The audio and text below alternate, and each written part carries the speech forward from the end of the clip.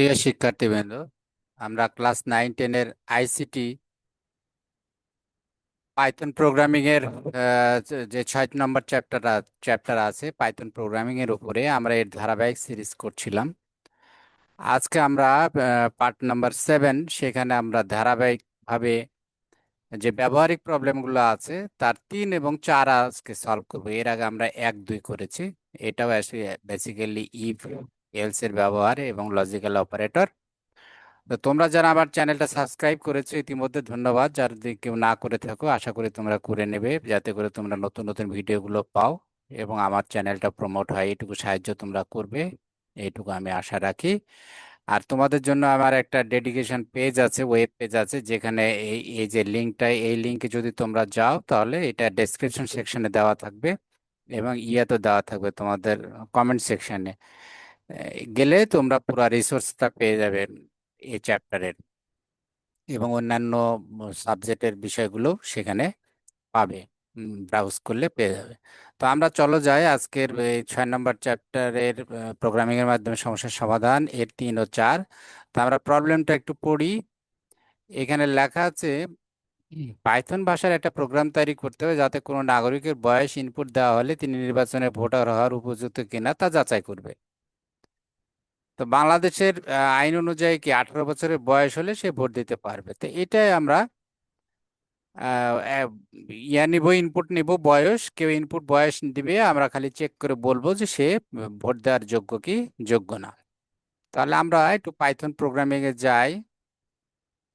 আমরা থনিতে যাব এখনই। তোমরা আমার সাথে লাইনে থাকো, আমি জাস্ট থনিতে একটু প্রবেশ করি। হ্যাঁ, থনি স্ক্রিন পেয়ে গেছি আমরা। তাহলে আমরা কি করব, এজ আমরা ইনপুট নিব এবং সেটা প্রথম কাজ হলো এজ ইনপুট নেব এবং প্রবলেমটা হলো চেক করব যে তার বয়সটা কত। তার বয়স যদি 18 বা তার বেশি হয় তাহলে বলবো তুমি ভোট দিতে পারবা, না হলে তুমি ভোট দিতে পারবা না। তাহলে আগে প্রথমে আমি আমি ভেরিয়েবলের নাম নিলাম এজ। এজ সমান, এটা আমি পূর্ণ সংখ্যা নিব আইএনটি এবং ইনপুট নিলাম। ইনপুটের মধ্যে আমি একটা মেসেজ ডিসপ্লে করব, এন্টার ইয়োর এজ। আর একটু লিখে দিতে পারি, to check check eligibility,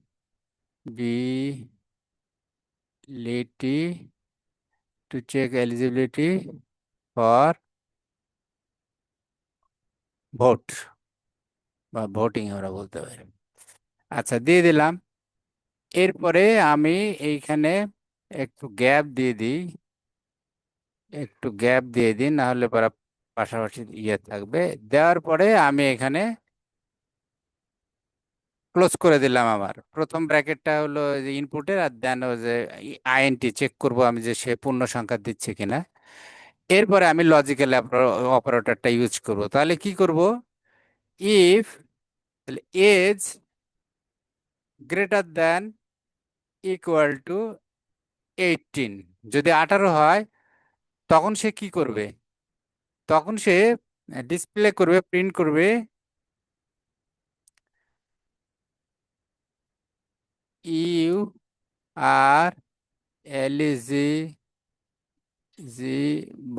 for voting.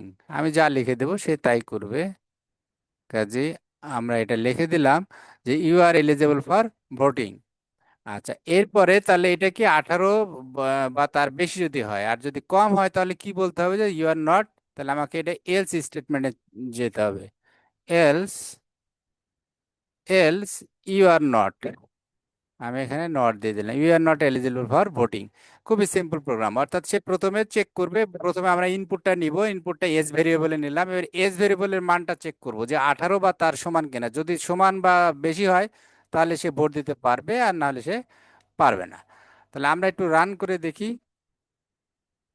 এখানে বলছে enter your age to check eligible for voting. তাহলে আমি দিলাম এখানে সে 19 দিলাম, তো বললো you are eligible for voting.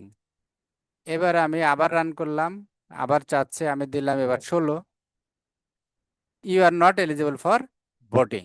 এই ছিল ছোট্ট একটা প্রবলেম সলভ করলাম আমরা। এটা ছিল আমাদের 3 নাম্বার। এবার আমরা 4 নাম্বার প্রবলেমটা সলভ করব। এখন দেখি 4 নাম্বার প্রবলেমটা যাই, একটু তোমাদেরকে আবার শেয়ার করে আসি সেখান থেকে। হ্যাঁ, 4 নাম্বার প্রবলেমটা এখানে আছে যে কোনো সংখ্যা জোড় না বিজোড় তার নির্ণয় করার জন্য একটি পাইথন প্রোগ্রাম তৈরি করে লেখো। তাহলে জোড় না বিজোড় এটা আমরা চেক করব। আচ্ছা, তাহলে আমরা আবার ধ্বনিতে যাই। ধ্বনিতে গেলাম।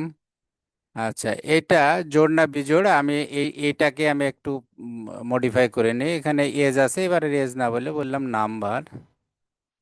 নাম্বার এজ রাখলেও কিন্তু প্রোগ্রাম তো আর কেউ দেখতেছে না, কিন্তু এটা আমি লজিক্যাল সবসময় enter number, enter an integer number, মানে ফুল সংখ্যা পূর্ণ সংখ্যা দিতে বললাম। আচ্ছা, তাহলে কি করব আমরা এবার? এবার চেক যে করব, এখানে নাম্বারটা চেক করতে হবে। নাম্বারটা কি চেক করব? ইফ,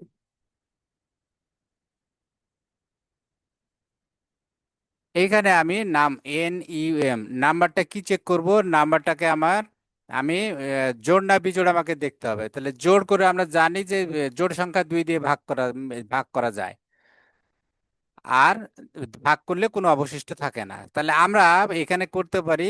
এখানে আমাদের অপারেটর আছে একটা, তোমাদের মনে আছে যে এটা অনেকভাবে করা যায়। আমি জাস্ট নামকে আমি দুই দুই দিয়ে ভাগ করতে পারি, বা আমি এখানে বললাম আমাদের যে পার্সেন্টেজ অপারেটর আছে এটা 2 দিলাম।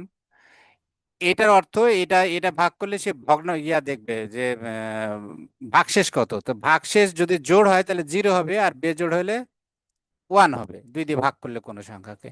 তো আমরা বললাম যে এটা তুমি চেক করো, করে যদি তুমি 0 পাও, বইয়ে কিন্তু নট 0 দেওয়া আছে, আমি দিলাম 0। যে যদি তুমি এই ভাগ করে নামেকে আমরা 2 দিয়ে ভাগ করব, ভাগশেষটা যদি 0 হয়, 0 হয়, তখন কি বলবে? যে তখন বলবে যে এটা হলো ইভেন নাম্বার, নাম্বারটা জোড়। তাহলে এখন আমি বলে দিতে পারি এখানে দা, আমি একটু বইয়ে যেটা আছে সেটা হচ্ছে একটু ঘুরিয়ে করলাম, দি নাম্বার সলভ যেটা করে দেয়, দি নাম্বার ইজ ইভেন। অর্থাৎ যদি সমান হয়, 2 হয়, অর্থাৎ এই এই 2 দিয়ে ভাগ করার পরে ভাগশেষ যদি 0 হয় তাহলে বলবো যে এটা জোড় সংখ্যা। না হলে কি প্রিন্ট করবে? না হলে বলবো বিজোড়। না হলে বলবো বিজোড়। Print the number is odd. Odd মানে বিজোড়। ও ডবল ডি, অড। তাহলে আমরা একটু রান করে দেখি।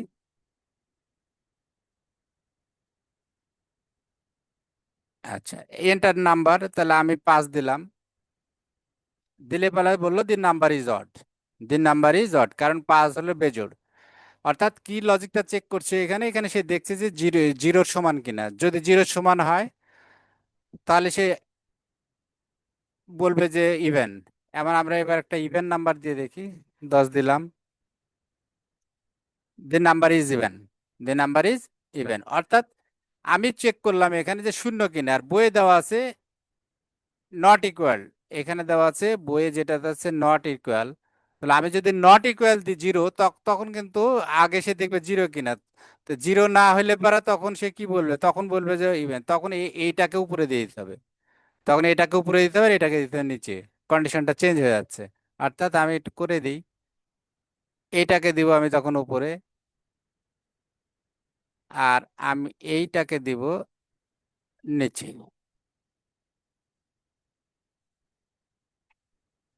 আচ্ছা, এখন আমি রান করে দেখি। অর্থাৎ সে এবার কি করবে? সে যে যদি দেখে যে 0 না, এখানে নট ইকুয়াল টু 0, 0 না হলে বলবো অড, আর 0 যদি 0 হয় তাহলে তো এলসে চলে আসবে। আমরা একটু আবার রান করে দেখি। এন্টার নাম্বার 6 দিলাম। তাহলে বললো দি নাম্বার ইজ ইভেন। কারণ সে প্রথমটা চেক করলো করে যে সে ভাগফল 0 কিনা, 6 দিয়ে দেখলো যে সে এখানে নট ইকুয়াল টু 0। এই এই কন্ডিশন ফিল আপ হয় নাই, ওখানে 0 পাওয়া গেছে, যে কারণে সে নিচে চলে আসছে। এবার যদি আমি এখানে আবার রান করি, এখন আমি দিলাম 7।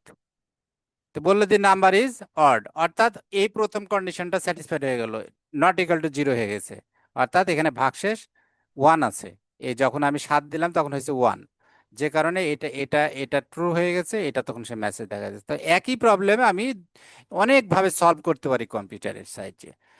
তো এই ছিল আমাদের দুইটা প্রবলেম, 3 আর 4। আশা করি তোমরা বুঝতে পেরেছো। এরপরে যদি কারো কোনো অসুবিধা থাকে অবশ্যই তোমরা আমাকে জানাবা কমেন্টসের মাধ্যমে, তাহলে আমি তোমাদের কোনো কনফিউশন থাকলে ক্লিয়ার করে দেবো। Thank you very much.